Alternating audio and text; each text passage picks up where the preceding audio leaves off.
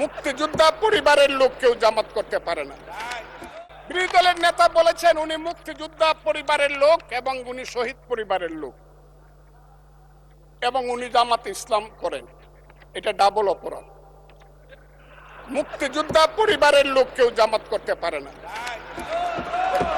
আর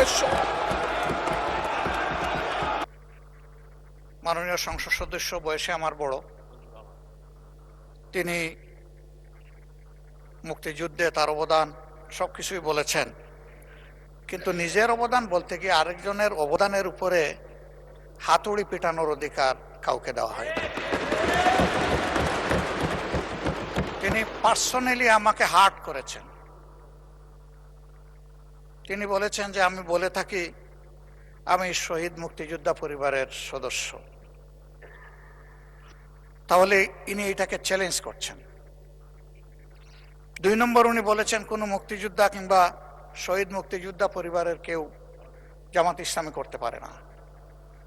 তাহলে উনাকে জিজ্ঞেস করে করা লাগবে?